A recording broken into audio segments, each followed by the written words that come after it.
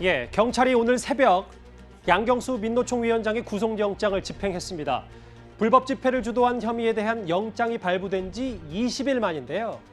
오늘 새벽 화면부터 먼저 만나보겠습니다.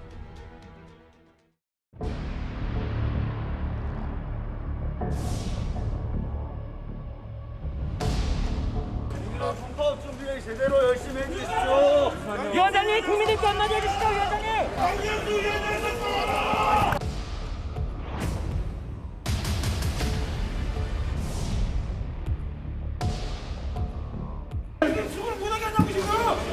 경찰관에 대해서 폭행하시면 공무집행방해를 제소하겠습니다.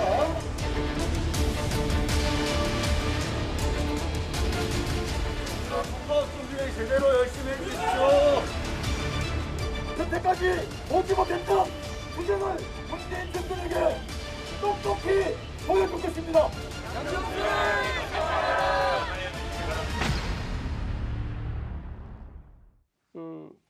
저 상황 이후 양경수 위원장은 지금 서울 종로경찰서에 있습니다. 근데 장혜철 평론가님, 차분히 하나씩 짚어볼까요? 새벽에 경찰이 강제 진입을 했고 영장이 발부된 지 20일 만에 구속 집행이 됐고 신병이 확보가 됐습니다. 발부 사유는 집시법과 감염 예방법 위반 혐의이더라고요. 아니 그런데 대한민국에 영장이 발부된 지 20일 만에 구속이 되는 사람이 민주노총 위원장 말고 누가 또 있을까 싶습니다. 영장 발부됐으면 당연히 집행해서 경찰에 의해 연행되고 구속받은 상태에서 조사받는 게 당연한 일인데 민주노총은 치외법권인가요?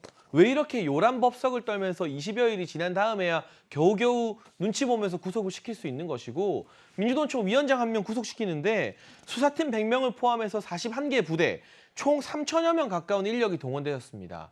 코로나 때문에 지금 이 일반 자영업자들 다 죽어난다는 비명에도 불구하고 저녁 6시 이후로는 2명 이상도 못 모이게 하고 있지 않습니까?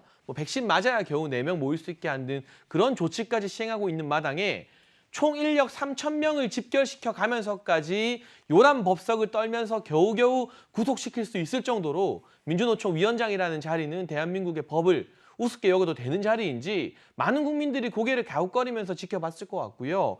구속된 만큼 성실하게 조사받으시고 법에 근거한 응분의 책임을 지면 되는 겁니다. 여기에 대해서 너무 과도하게 민주노총 위원장 구속시킨 게 무슨 대단한 어떤 이 노동자들과의 대척점에 서는 것처럼 여기에 의미 부여를 과도하게 할 필요가 없다는 생각이 들고 만약 지금 이 양경수 위원장 구속되는 과정에서 동지들에게 총파업 준비 잘하라고 했고 민주노총 임원들은 내달 총파업 이제까지 전례 없는 규모로 하겠다고 지금 이 호언장담을 하고 있는데 코로나 시국에 이런 총파업을 다시 벌이고 그로 인해서 확진자들이 또 많이 발생하게 된다면 그 원망은 문재인 정부가 아니라 자영업자 소상공인들로부터 나올 것이고요. 이 소상공인들의 절규를 민주노총이 어떻게 감당할지 모르겠습니다. 오늘 서울 정동 일대가 좀 시끄러웠다고 해서 오전에요. 수사팀 100명, 41개 부대가 투입됐고 그래서 좀 제목이 좀 비판적으로 접근을 해봤어요. 한 명 잡자고 경찰 3천여 명. 이도원 의원님, 이게 이 정도 대규모 병력이 투입될 필요가 있는 건지요? 마침 오늘 제가 이제 아침에 출근하는데 저희 문화일보가 석간이기 때문에 이제 새벽 5시쯤에는 출근을 합니다. 그렇죠. 예.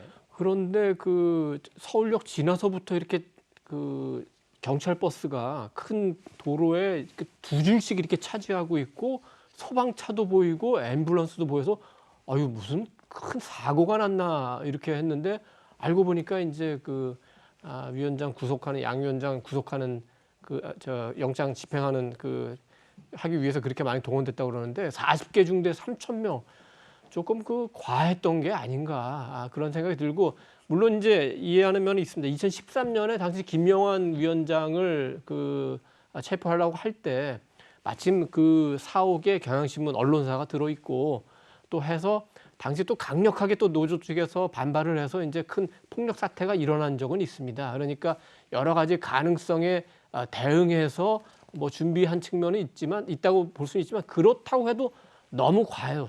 그러니까 이번뿐만이 아니라 민주노총을 대하는 우리의 공권력이 너무 눈치를 보는 것 같아요. 아까 잠시 얘기가 나왔습니다만 2016년에 광화문 집회 때 민주노총이 상당 부분 조직을 동원하고 영향을 행사한 건 맞죠. 그래서 그런지 마치 이 정권의 커다란 지분을 갖고 있는 것처럼 공권력을 무시하는데 공권력은 어디에나 엄중하게 집행이 돼야 되고 민주노총에 대해서도 마찬가지죠. 저 양준우 대변인, 이게 이따 잠시 뒤에도 만나볼 민노총 관련해서 여러 불만 목소리를 유서했었고 그래서 극단적인 선택을 한 택배 대리점 업주 얘기도 있잖아요. 최근 이 민노총과 관련해서 여론이 악화되니까 경찰이 뒤늦게 부랴부랴 대규모 병력을 신병합부에 투입한 거 아니냐라는 지적도 동시에 있더라고요. 저도 너무 시점이 공교롭기 때문에 이거는 여론 악화를 고려한 어떤 그런 정무적 판단이 들어간 게 아니냐라고 볼 수밖에 없다 이렇게 생각을 합니다. 말씀하셨듯이 최근 택배 대리점을 운영하는 40대 가장이 민주노총 택배 노조원들의 어떤 집단 괴롭힘으로 인해서 세상을 달리했거든요. 그 노조원들의 대화방에 보면은 원고지 3,500매 분량의 대화에서 대부분이 입에 담지 못할 어떤 그 점주와 비노조원에 대한 어떤 비방과 욕설이었다고 합니다. 이런 점에 대해서 굉장히 국민들의 공분이 높아졌던 상황이었기 때문에 그러한 점을 고려해서 너무 시점이 공교롭지 않습니까? 저희 정당에서도 어제 이 민주노총 조끼만 입으면은 뭐 코로나도 피해가고 구속영장도 피해가는 이런 특권, 그게 바로 이런 민주노총 조합원들의 폭주를 이끈 게 아니냐라고 강력하게 비판을 했고, 이런 점을 개선하기 위해서 그 가늠자로 양경수 위원장의 구속영장 집행이 이루어지는지 보겠다라고 어제 논평이 나왔거든요. 그리고 나서 새벽에 지금 구속영장이 집행이 완료가 됐는데 시점이 너무 공교롭기 때문에 이거는 여론 악화를 고려한 게 맞는 것 같다 이렇게 저는 추측을 합니다. 예. 민노총은 곧바로 문재인 정권과의 전쟁을 선포했습니다. 화면 바로 만나보겠습니다. 꼭두 새벽에 군사 독재 정권 시절에 했었던 만행을 또다시 촛불 정부라고 이야기하는 문재인 정권이 저질렀습니다. 문재인 정권에게 마지막 경고입니다. 전쟁을 선포한다면 전쟁으로 맞설 수밖에 없습니다. 탄압이 온다면 투쟁으로 총파업으로 달려갈 것입니다. 당시 양 위원장은 실시간으로 경찰 침탈이 긴박한 상황이다. 총파업 투쟁 꼭 성사합시다. 그 양경수 위원장이 서울 종로경찰서 간 뒤에는 문재인 정권 임기 좋게 마무리 못할 것이다라는 민노총 입장도 있더라고요. 10월 총파업을 예고하고 있는데 명분이 무엇인지 모르겠어요. 뭐 때문에 파업을 하려고 하는 것인지. 노조가 충분히 파업을 할 수 있죠. 그리고 권리를 갖고 있습니다. 하지만 그런 어떤 파업의 명분이 사실상 국민적 공감대를 얻지 못할 때에는 그 노조의 어떤 위세 또는 명분 자체가 또 굉장히 취약해질 수 있다는 것을 명심할 필요가 있고요. 지금 이 민노총에서 이 위원장이 지금 체포가 되는 것은 다른 게 아닙니다. 집시법 위반과 감염병 예방조치법에 대한 이 위반 사항의 부분이거든요. 이런 거는 오히려 이 시점에서는 위원장이라고 한다면 본인이 먼저 출두를 해서 사실상 해소를 하고 이래야만 사실 노조의 어떤 위상도 노조에 대한 인상도 인식도 나빠지지 않는 것이지, 여기서 뭔가 이 코로나 상황에서 뭐 민노총은 뭐 열외다, 이거는 국민들이 동의하기 어렵거든요. 그리고 우리가 이제 비단 이 민노총만 이러는 것이냐? 그럼 그렇진 않아요. 우리가 8.15 집회 때 주도를 했던 정강훈 목사의 사랑제일교회 뭐 이 부분도 진입할 때 얼마나 어려웠습니까? 못했어요, 결과적으로. 그런데 이제 경찰들이 그럼 왜 이렇게 많이 이렇게 와 있느냐?